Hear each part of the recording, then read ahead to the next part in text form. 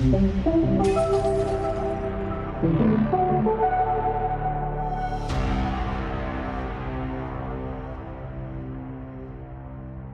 welcome to One Fix. I'm Rob Leathern. My guest today is Ajit Varma. He is head of Firefox at Mozilla, where he leads Firefox strategy and product. He joined in 2024 and came from Meta, where he oversaw monetization and business messaging for WhatsApp. Before that, he was at Google, working on search and ads quality, Gmail, and calendar. Ajit is based in the Bay Area, although he went to UT Austin, where I am currently. So excited for you to hear this conversation where we get into a bunch of topics around AI, agents, safety, privacy, a lot more. This is Ajit Varma. Thanks for joining us. Yeah, Ajit, how are you? It hasn't been that long since we caught up, but it's good to see you. Yeah, it's good to connect again, and always appreciate all the support you've given to Mozilla. So happy to chat more. Yeah. No, obviously, I'm a believer in a lot of the principles and things that the foundation and the product stand for. So it's really great to be able to connect and talk about some of that and some of the recent changes. Yeah, so, definitely. So tell us a little bit more about how did you get to Mozilla and what was your avenue for joining and tell us a little bit about that to start with. Sure. So I've been at Mozilla for a little over a year and a half. It'll be 2 years in December. And the thing that I started off for about the first year was leading product management. And about the last 8-9 months, I've been overseeing the overall Firefox product, including engineering and design. And the background that I had before joining was a pretty typical Silicon Valley background of I worked at big tech companies like Google and Meta, worked at startups, whether it was starting my own company or working at companies like Square and Uber when they were more in their startup element. I'd spent a lot of my time, my career on is a lot of 0 to 1 kind of products or inflection products of how do you create new stuff. But over time, the thing that I started thinking a lot more about is just what is the overall impact I've had on a lot of the work that I've done. And to me, that's ultimately what motivates me is am I having a positive impact? Am I actually not just the impact of the product, but having a strong individual impact? To me, then that led to saying, okay, what are companies that I believe in and that I think are important for what they do? What would happen if they don't exist? And then do I think that there's some personal impact that I can have just by whether it's just helping the organization accomplish something or just pushing teams to do things? And the thing I'd look is Mozilla then and Firefox stood out to me on a lot of the things that I'm if I work hard on this and I accomplish what we're trying to accomplish, is it good for the world and good for what I believe is important? So then it goes into what does Mozilla stand for and what does Firefox stand for? And so Firefox is owned by a nonprofit organization, and that is important because it means that it's not necessarily profit maximizing. It has a lot of what we talk about, the double bottom line of we want to ultimately create good in the world. And for us, the good in the world means can we preserve an open internet that's built for humans and actually adheres to human values? And I think the internet is pretty amazing. You can access tons of content, sites, create direct connections, take out middlemen. But people don't realize that this wasn't always a given that this is how the internet was going to shape up. If you rewind 25 years ago, there were gatekeepers. AOL was a gatekeeper. There were built-in board services. There were so many ways that you bought the ecosystem when you bought a product. So if you were part of the AOL ecosystem and that's how you access the internet, you actually couldn't really do things. So you use AOL Instant Messenger, AOL Social Networking, AOL Access Information. And then it turned into all of AOL's view on how the world is. And today you see similar things happen with app stores. Apple and Google have very similar policies on what's allowed in the App Store or not in the App Store. For a long time, crypto wasn't allowed. There's contents on, there's just aspects of what's allowed. In other governments, it's even more extreme. Many countries, if you look at, there's strong governmental regulations into what is allowed or not allowed, and gatekeepers mean that there's an ability for single points to control. So for me, Firefox is making sure that you don't have control over something is vital to the internet, that there is competition, that there is different engines. And that just like mission is challenging and really excites me. So that's kind of ultimately like why I'm here. Yeah, no, I see so obviously you guys have a new CEO, and I saw his initial letter that he wrote was about Mozilla becoming the most trusted software company, which I think is in this time of AI agents and obviously the browser having a very in your specific part of the organization, the browser just has such a pivotal role in a lot of the way in which people experience content and interact with other people via different apps and services. So can you tell us a little bit more about the kind of trusted software company and how that, how you see that that developing? Yeah. So for people who aren't familiar, we have a new CEO, Anthony, and when he came on board, he talked a lot about what distinguishes Mozilla from other companies and like what is kind of the area that we really want to win in. And a lot of that was exactly how do we become the most trusted software company? And I think a lot of the criticisms that people have around like big tech and just maybe software or growth hacking businesses is that they're often trying to guide people to an experience they otherwise wouldn't want by dark patterns, by deceptiveness, by ecosystem lock-in. And these things are not what's best for a user. They're actually more along the lines of like what's best for a business. And then you're like, well, that makes sense. Like a business is built to maximize shareholder value, and it's not actually necessarily built to create the best experience. But because we're not a publicly traded company, and when you look at our foundation, our manifesto of why we exist, it puts us in this unique position that we can really lean into trust. And so first I'll say like, well, what does trust mean and then why it matters? So trust is a lot of things like, would we be okay if everyone knew everything that we were doing and why we were doing it? And that's like, well, we're open source. Like, look at the code. It's not just there. What we say, it's provable. It's open. Can we talk to our community more about the decisions that we're making, even if they're decisions that are not necessarily the best for growth, but they're the best decision for an overall like healthy ecosystem?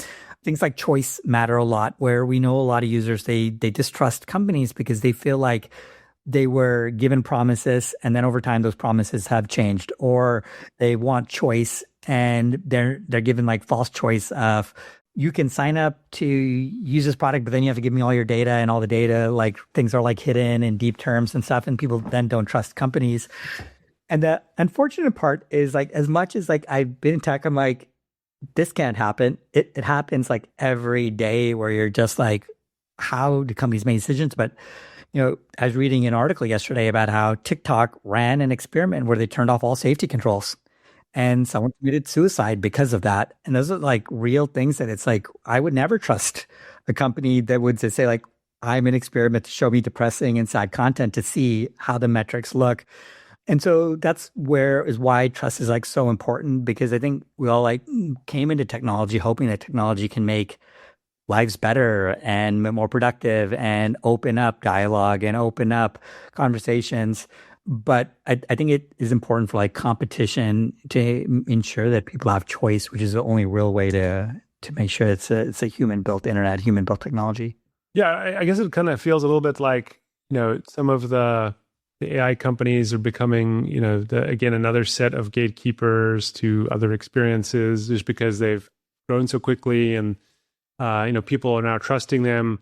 I was talking to someone yesterday about, they're looking at AI psychosis and other things. They're obviously very problematic, or even just a lighter form of that, which is, I heard from someone, they were saying, their partner cannot make any decisions without consulting, one of these chatbots. And it's very, and it's like an interesting, it's kind of like I used to think of this before when, internet search, if you search for it, it's on the first couple pages of Google or Bing or whatever, you're like, okay, well, there's no answer to this question. But no, actually, it might be in a library, it might be somewhere else. But so now we were kind of in this weird place where there's kind of some new gatekeepers, some of the old ones still. And, how do you think that affects, does that affect kind of how you think of the browser, and how do you think of the role of Firefox in the ecosystem? Yeah. So I think that a big challenge with gatekeepers is you really don't know if they're aligned with your interests or not. as well. And so you might think maybe even at one point the gatekeeper was aligned with your interests, and then things drift over time. But the problem with gatekeeper is also you don't have a choice. Like if you want a phone, you're going to be locked into one of two gatekeeping ecosystems. There's no like open source, like open methods. But the internet is like that. And the internet is like very unique because there's not a whole lot of things that are as like open and as like, ChatGPT was able to launch a website. Google was able to launch a website. Facebook was able to launch a website. Like all these things came up because they could just type in a URL and get to it. And hopefully there's many more companies that emerge because someone has a good idea and, they want to get it to people. But when we think about AI, like AI has a lot of different values in terms of like, what is like the political bent, what is a safe question or not a safe question. And it always surprises me when I use AI of like what it refuses to answer, even when I'm like it's not even a hard question. It just seems like it's factual, but it's like it's just a bias because they're weighing legal restrictions, governmental restrictions, retaliation. And so when you hear a lot about open models, closed models, but it doesn't matter if the gatekeepers are in control of like how you access it. So if a mobile device can only plug into the AI that the OS selected, well, then it doesn't mean that there's 1,000 AIs out there. They're not actually accessible. And so within Firefox, it is like, when we think about smart witness, when we think about AI, we're like, you can use open models, you can use closed models, you can use your local AI model. If you want to use Google search, that's great, but we make it a couple of taps away to switch from Google search to any other search engine. If you want to change the homepage, you can change the homepage. And so a lot of this is saying we don't know what's best for everybody, but ultimately we're going to make it easy for people to hopefully decide what's best for them. And that keeps in like how you remove gatekeepers is you limit the ability for whether it's us or any other company to have control over key entry points. Yeah, so you kind of take in choices. Part of how you think of trust is like giving people choice and control and an alternative as well to some of the ways in which maybe they've been kind of nudged before. Right. And it's like true choice, which means like hopefully like transparency. If you want parts of something, it's not like an all or nothing thing. So when we launched like AI control switch, which allows you to kill all the AI in Firefox, we made it easy to turn back on like translations.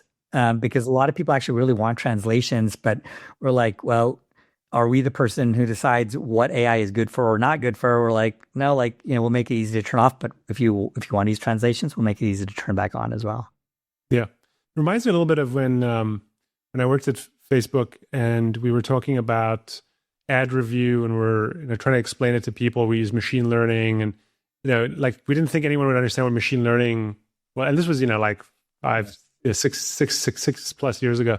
So we were like, okay, let's just call it all AI. Let's call it artificial intelligence, and so I kind of wonder how some of these terms will evolve because a lot of stuff is just, okay, no one's going to say NLP or ML or, right, reinforcement learning. Like, it's like, okay, it's all AI, all of it, just bundle it all together. And the thing I'll say is like, also that as we started to explain to people what was happening, we were like pretty transparent. So we posted on lots of like our internal, external forums, but also just message boards, Reddit, things like that. And there's a lot of just different viewpoints, even just amongst like many rational people on what these terms mean. And so even I was like questioning myself on like, maybe I don't actually, have the same viewpoint as I thought we all understood this to mean this, but it's like, no, people mean different things. And so I think that's where, when you think about dark patterns, it's not just, what I think of about dark patterns, but do you do the user research? And so we do a lot of like talking to customers, trying to understand like our trust score as part of this whole trust process. It's like not just, did we do a trust review, but it's like, what is our trust score? How do we measure that? How do we ask users, do they trust a decision that we're making? Do they think what's going to happen actually is what happens? So we have some interesting features we're in the middle of launching, but I'd love to read the user research. And it's always interesting like how different people interpret the same like one sentence on both sides of the spectrum. How actively do you think people are going to like manage their privacy profile and their personal data? And again, like I speak as someone who has run teams that have done some of these kinds of things. I've built ad blocking tools. I've done a bunch of different things where I'm like, okay, a lot of people are going to want to interact with ads this way or not that way or whatever. And one of my PMs, I remember one of my product managers saying something like, ad preferences or ad settings are like rearranging your sock drawer. You just really don't want to do it. Like, why would you want to do that? So how do you think about people, how active people are in like managing their settings, their online profile, how their data is used, things of that nature? Or is there a way where you're just saying, well, we're giving you the choice, but we're also going to give you ways to do it more efficiently? Yeah, so I think the reality is very few people actually think of changing their settings. Most people use the defaults of like what's set up, unless there's like some very like obvious moment or something that's like prompted to them of, do you want this or do you not want it? And then, make a decision. So if you look at moments like the terms of use, terms of service, like I think that's often a moment where you have a vocal minority perhaps like call things out. I actually dealt with this at WhatsApp where we changed terms and there was tons of press on people didn't like parts of it. And so it actually was rolled back. But if you imagine, like, if there wasn't that, most people probably wouldn't have noticed or cared about it. And so I think increasingly there's like a question of not just like having it in settings and like buried somewhere, but how are users made aware of like when something is being shared or not shared. So like an example of like Firefox that we did is when you're sharing like your location with a site, you may have like done that the first time and then you forget about it because it's just hard. It's easy to miss. So now we're like experimenting with, we're now like doing a red like location button and address bar anytime you're on a site to like really try to let people know. Another thing I talk to the team a lot about is it's not just privacy, but it's felt privacy.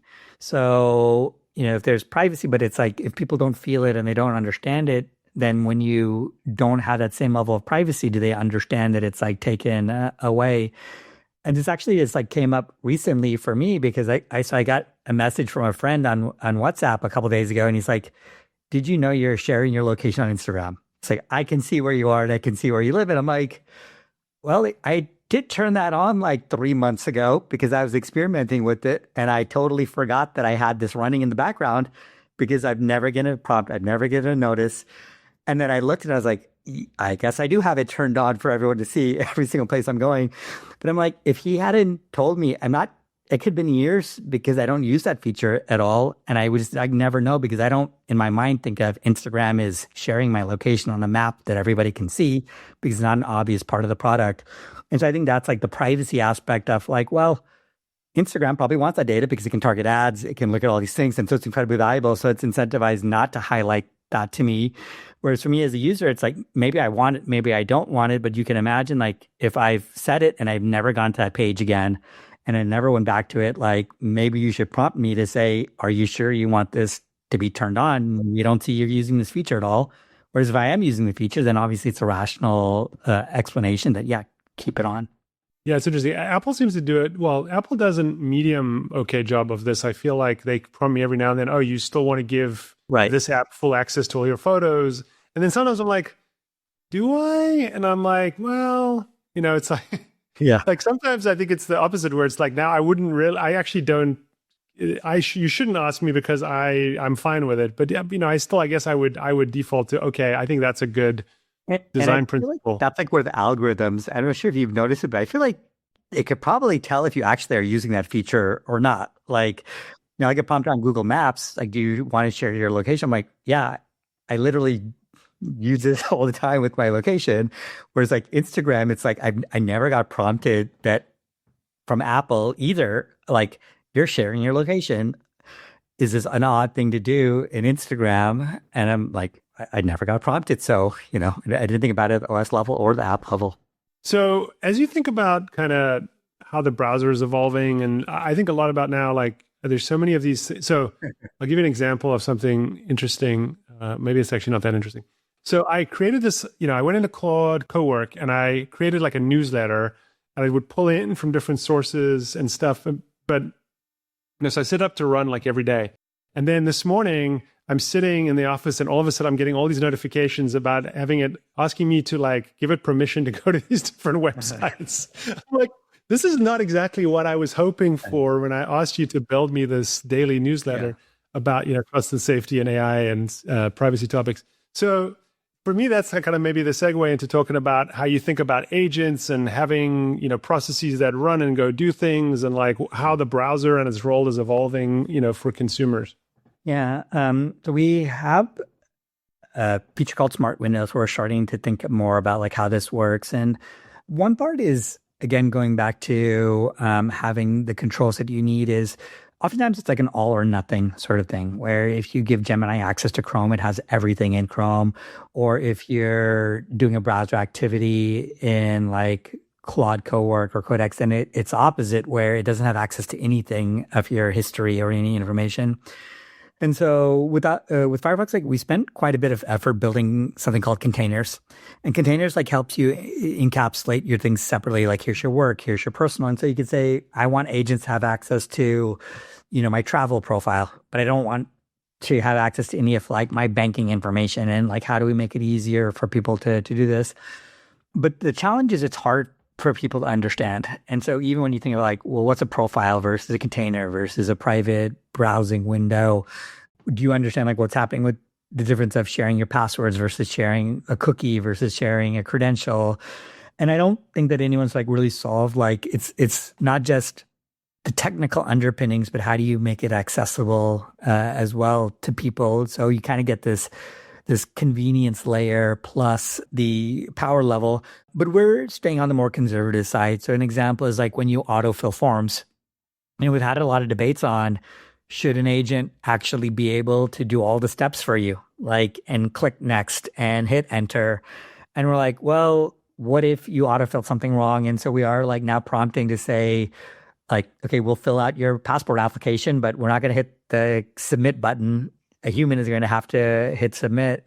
But over time, you might see that changes. Like maybe there are guardrails and MCP servers, and maybe there's like enough of a control, or maybe AI is like, my true digital twin where it knows everything about me and what I would do and when I would agree to things and not.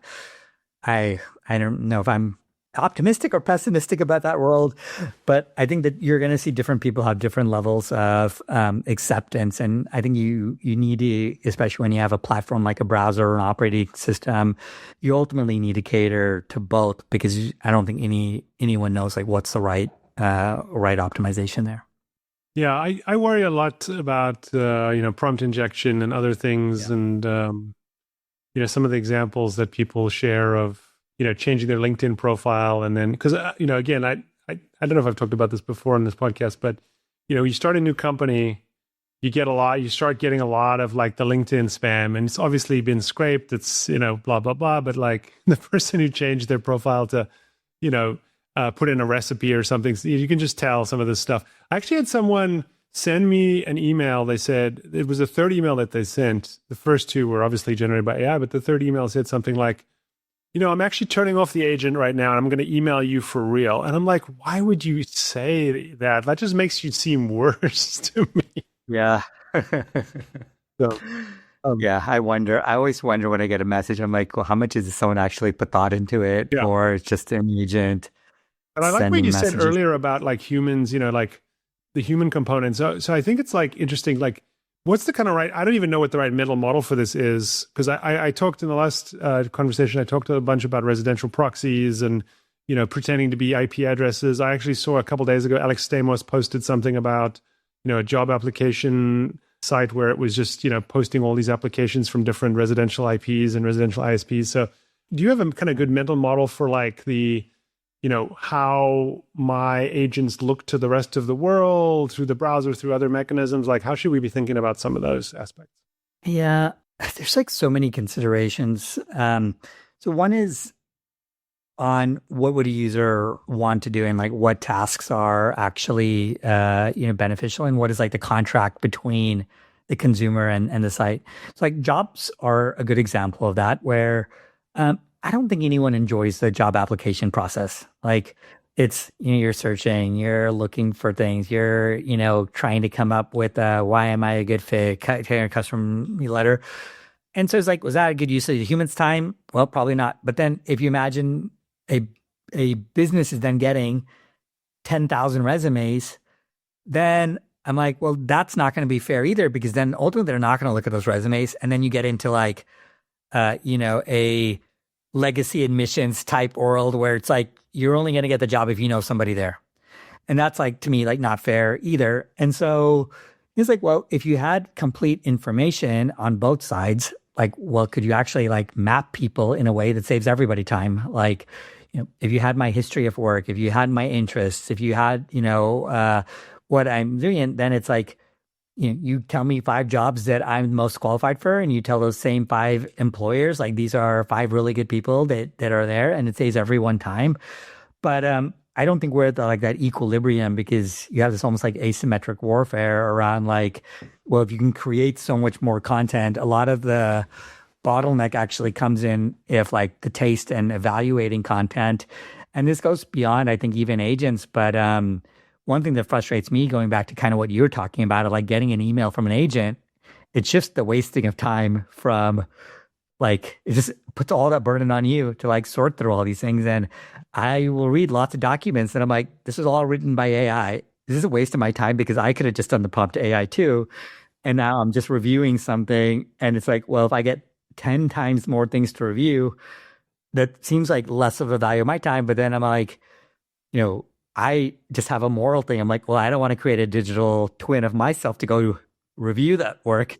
And then you have agents talking to agents, and you're like, where's the humanity?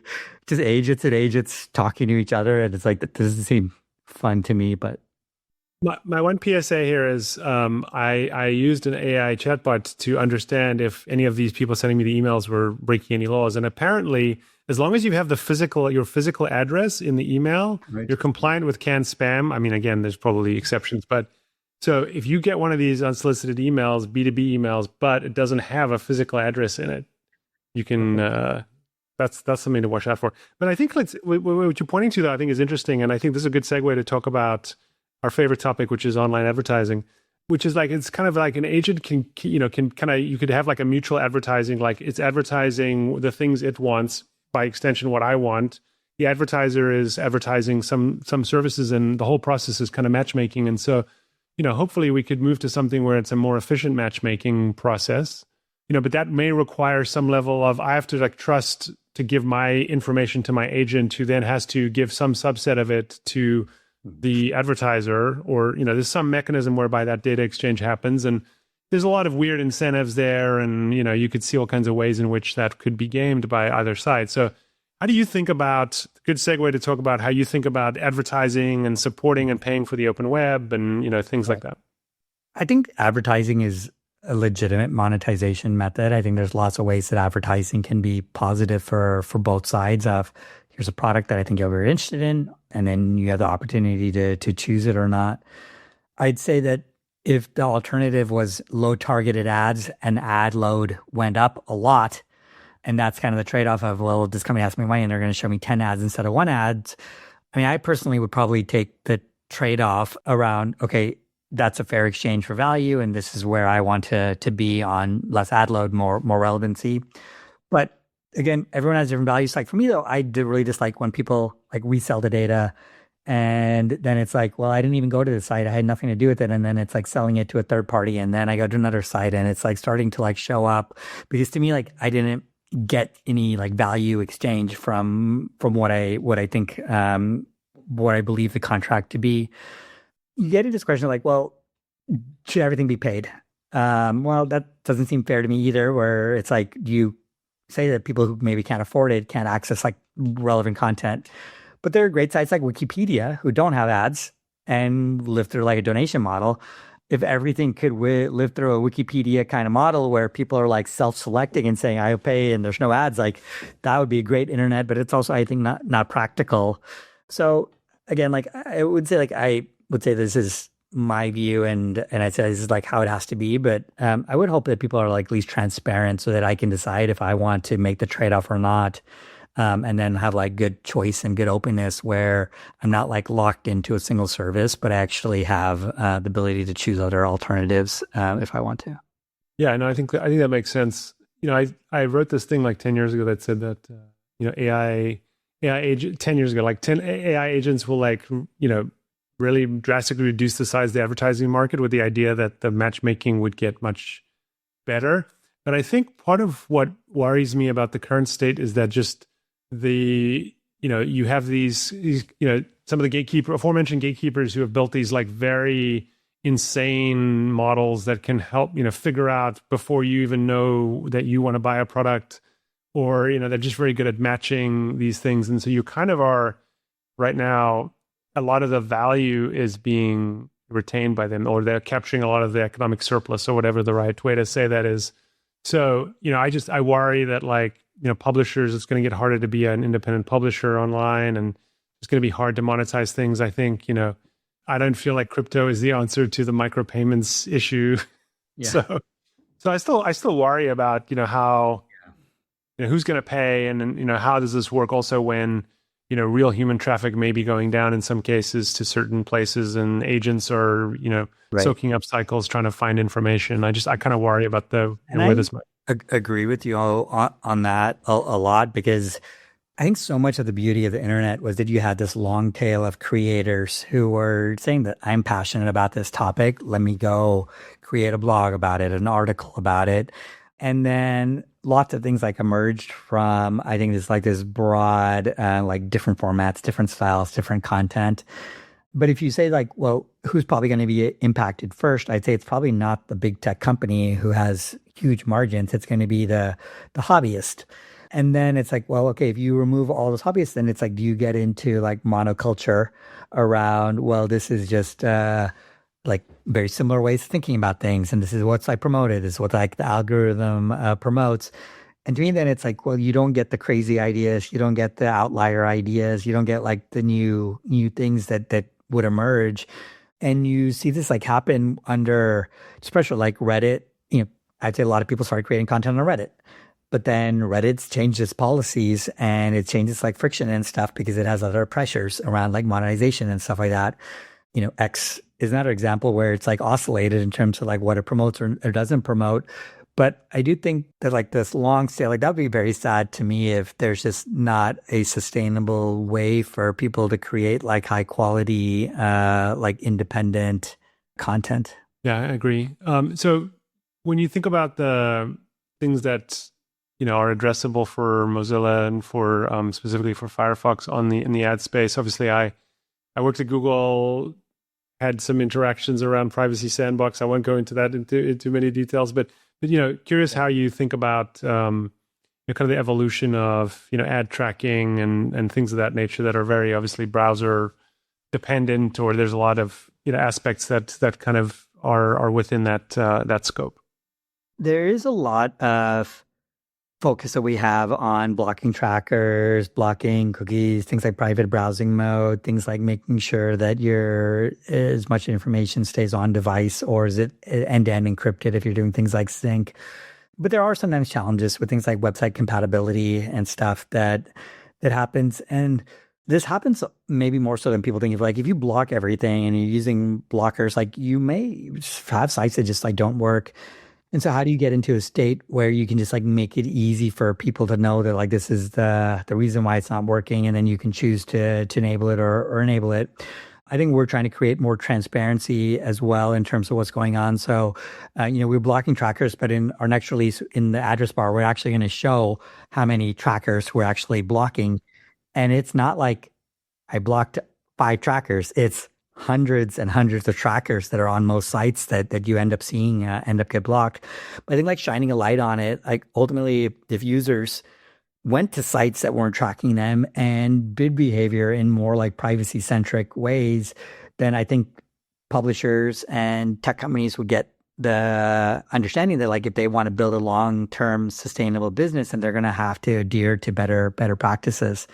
But it's hard though, because convenience oftentimes trumps privacy for a lot of people, or it's just hard to understand concepts.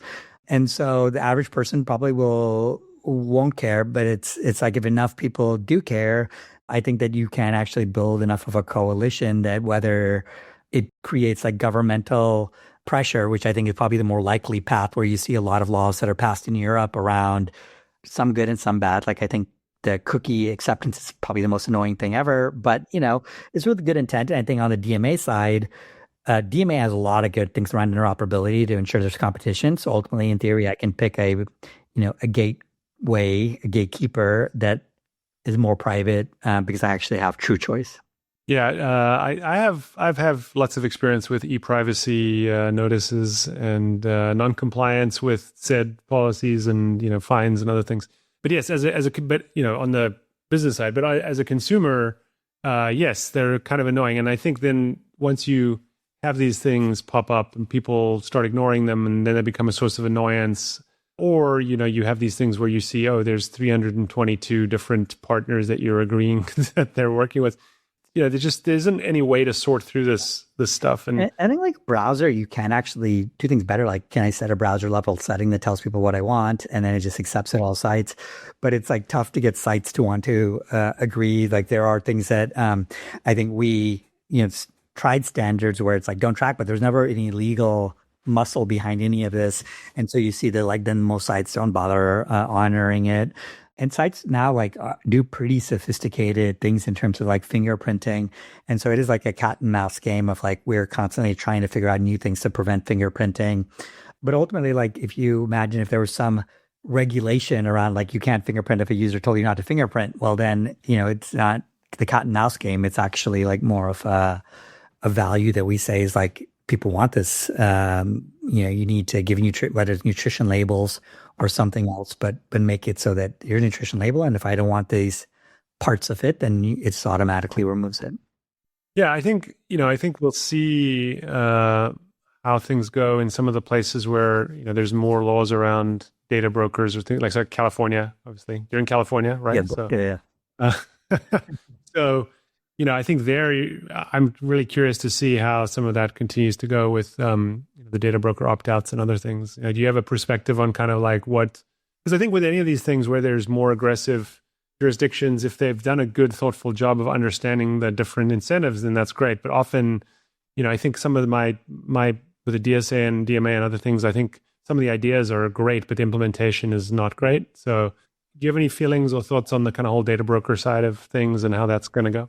Yeah, I mean, I think that it is in a lot of ways like a very sketchy business, and there's just so many like spinning things up, spinning things down, and it's just even if you go after one, there's another one that like pops up the next day, and it does seem like there's a lot of scams that ultimately like happen because of like data brokers, but there are legitimate value for data brokering as well potentially, but I mean, my take is like I think that there are a lot more cases that people don't like than they do like. But the flip side of it is, well, if you don't allow this, does all the power get consolidated further into big tech? And this actually happened with Apple's like ATT, like app tracking, where I think the intent was to have a bigger impact on big tech, but actually the opposite, from what I can tell, happened where all the big tech companies actually have so many sources of data that they don't actually need to track. They can actually do it, but it's all like the littler sites and the littler apps that when they have to then prompt it, it's like their ROI goes down. They can't actually do advertising. And so I haven't thought like deeply enough about data broker, but I do think it's ultimately it's like how can you give users what they want, but then in sort of going back unintended consequences of like how do you make sure you're not just consolidating power more into closed ecosystems. Yes, I think that's one of the problems, especially if the gatekeepers can afford more lawyers than anyone else. They're gonna be one step ahead of the game. Yeah. So, as you think about kind of the next set of things that you and your team are going to focus on, the next set of things to build, or what you're interested in seeing how it evolves, and then deciding, okay, well, this will be interesting to watch and we'll build things based on how that goes. Like, what are some of the themes and things that you're thinking about? Yeah. So now, as many tech companies, like a lot of the question is around AI and what is the right integrations for AI? Like, what is the right data use? What is the right, like, opt-in versus opt-out? So we are definitely taking a more methodical stance on this, where we want to ensure that users are making clear decisions that are best for them. And so we've publicly stated all the AI stuff is going to be opt-in. Users should have like clear consent. We're trying to do really clear segregation of when you're in AI mode versus when you're not in AI mode and what the data usage implications are. So I think this is definitely like a pretty big thing. Another big thing that's in the news a lot for browsers is Chromium has made a lot of changes to disable more powerful ad blockers. uBlock is one of the more powerful ones. And uBlock, almost 11% of people on Firefox use uBlock. And we basically want to make sure that things that you can say are security challenges, but there are ways to fix these things in a privacy-centric way, and that you actually do adhere to all like the security concerns as well. So I think more time, it's like if your business model diverges from what your users want, are you willing to support what users want? And so a lot of the things that we are pushing on is like making sure that actually, we do have choice. We do have, if you want to use an ad blocker, that's great. But at the same point, like we are very conscious that we don't want to break the internet and have everyone use an ad blocker. So there's a lot of like sensitivities and like where do we stand? And so that's where a lot of things that we often talk is that want to make things accessible, but we're not going to push one viewpoint or the other.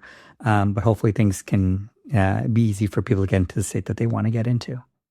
Yeah. Well, as someone who worked on ad blocking, and so long as it may be a story for another day. But I do think that, giving people choices, but also, showing them the impact of those choices, I think is interesting. I think, like, for example, it's kind of an inverse to the tracker, numbers that you mentioned as a feature is, I always thought it was, I would like to have a way to support the open web without having to see ads. It always felt to me like, there was this big inefficiency there. And so I wanted to do ad blocking, but not, necessarily take all the money away from the independent publishers. But, again, I think like there's lots of free rider problems and other issues that just mean that it's difficult to balance that. And I think, but I think fundamentally with ad blocking, I guess my observation is that I feel like there's been this big loss of trust because of the nature of display advertising and the incentive to just put as many ads on a page as possible, as many trackers on a page, and just I feel like we may have to start over again on some of that stuff. Like I don't know how fixable open web advertising is, if I'm just being in my most honest moments here. Yeah, and when Firefox first launched, actually, one of the big reasons it started to gain a lot of traction was it disabled pop-ups by default.